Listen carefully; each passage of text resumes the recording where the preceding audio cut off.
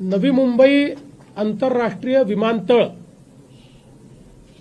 याच्या प्रगतीचा आढावा घेण्याकरता सन्माननीय उपमुख्यमंत्री आणि आम्ही सगळे या ठिकाणी आलेलो आहोत।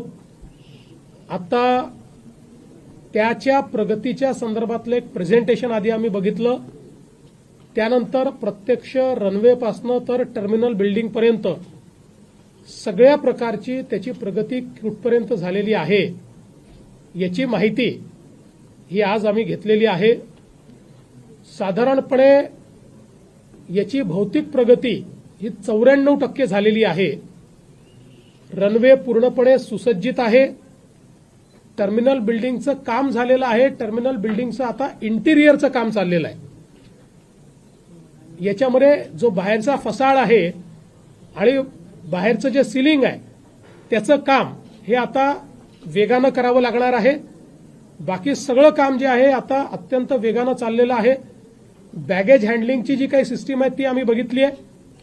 अतिशय एफिशियंट अशा प्रकारची सिस्टीम या ठिकाणी उभी केलेली आहे की ज्याच्यामध्ये बॅगेचा बारकोड हा 360 डिग्री त्या ठिकाणी वाचता येऊ शकतो आणि त्यातनं ती योग्य ठिकाणी बॅग पोचेल अशा प्रकारची व्यवस्था करण्यात आली आहे।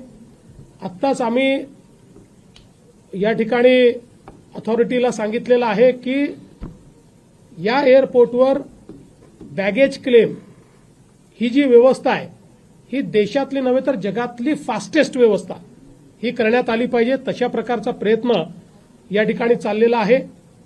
आपल्याला माहिती आहे की ज्यावेळेस पूर्ण हा एअरपोर्ट होईल त्यावेळी 2 रनवे या क्षमतेनं या ठिकाणी 9 कोटी पॅसेंजर करता हा एअरपोर्ट सुसज्जित होणार आहे।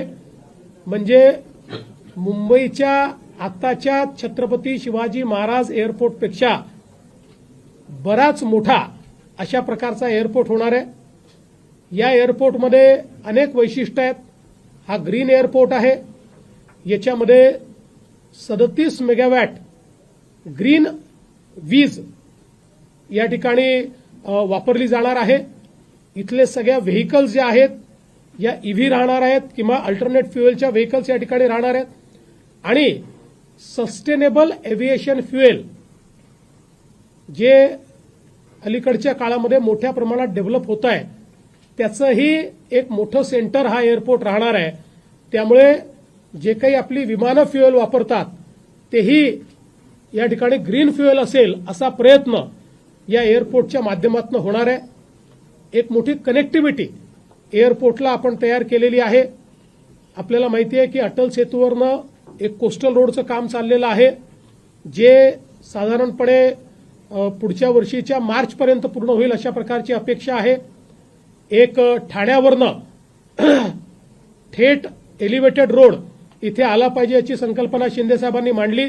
त्याचंही काम आता लवकरच आम्ही सुरू करणार आहोत। यासोबत 4ही दिशांनी इथे येण्याकरता आणि सगळ्या मोड ऑफ ट्रान्सपोर्टनी इथे येण्याकरता मग ती सबअर्बन रेल्वे असेल, आपली मेट्रो असेल किंवा अगदी ज्याला आपण वॉटर ट्रान्सपोर्ट म्हणतोय तेही डेव्हलप करण्याकरता या ठिकाणी व्यवस्था आपण करतो आहोत की ज्यातनं पॅसेंजर्सला इथे पोचणं सोपं जाईल। शहरामध्ये देखील अशी व्यवस्था करण्यात येणार आहे की बॅगेज चेक इन हे शहरातच करता येईल आणि बिना बॅगेजचं त्यांना या एअरपोर्टमध्ये येता येईल अशा प्रकारच्या व्यवस्था देखील या ठिकाणी करण्यात येत आहेत।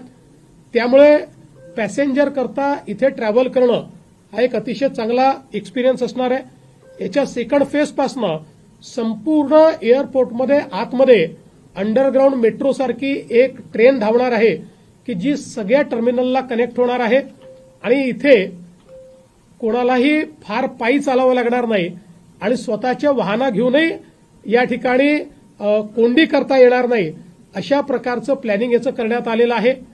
जे काही बे तयार करण्यात आले आहेत त्या बेपासनं 500 मीटरमध्ये सगळे लोक पोचू शकतील आणि त्यालाही ट्रॅव्हलेटर्स दिलेले आहेत। अलीकडच्या काळात आपण बघतो की काही एअरपोर्टवर 1-1 किलोमीटर लोकांना पायी चालावं लागतं, पण इथे मात्र याचं प्लॅनिंग करताना ट्रॅव्हलेटर्स दिले असल्यामुळे लोकांना अतिशय सुविधा होणार आहे। त्यामुळे मला असं वाटतं की देशातलं सगळ्यात आधुनिक अशा प्रकारचं एअरपोर्ट या ठिकाणी होत आहे. आता तुमचा पुढचा प्रश्न असेल की पूर्ण कधी होणार आहे. आज आम्ही टार्गेट यांना दिलेलं आहे, कारण आम्हाला प्राईम मिनिस्टर साहेबांची वेळ घ्यायची आहे. त्यामुळे आम्ही 30 सप्टेंबरचं टार्गेट हे आज थोडं अँबिशियस आहे, पण हे आम्ही आता या ठिकाणी अडाणी कंपनीचे जे सगळे लोक आहेत आणि आपल्या न्यू मुंबई एअरपोर्ट ऑथॉरिटीचे जे लोक आहेत आणि आमचे सिडकोचे लोक, अशा तिघांनाही सांगितलेलं आहे. आता 13-14 हजार कामगार या ठिकाणी काम करतायत रोज. त्याची संख्या वाटली तर 1.5 दुप्पट करा, पण 30 सप्टेंबरपर्यंत, कारण आपल्याला कल्पना आहे की आता बाकी तर सगळे लायसन्स झाले आहेत, पण कमर्शियल ऑपरेशन करता सगळं काम पूर्ण करून काही लायसन्सेस लागतात. त्याचं सायमल्टेनियसली काम सुरू करायला आपण सांगितलेलं आहे, जेणेकरून 30 सप्टेंबर किंवा त्याच्या आसपास प्रधानमंत्री महोदय ज्यावेळेस वेळ देतील त्यावेळी आपल्याला याचं उद्घाटन करता आलं पाहिजे आणि या ठिकाणी लोकांना कमर्शियल ऑपरेशन देखील करता आलं पाहिजे. अशा प्रकारचा प्रयत्न हा आपण निश्चितपणे करतो.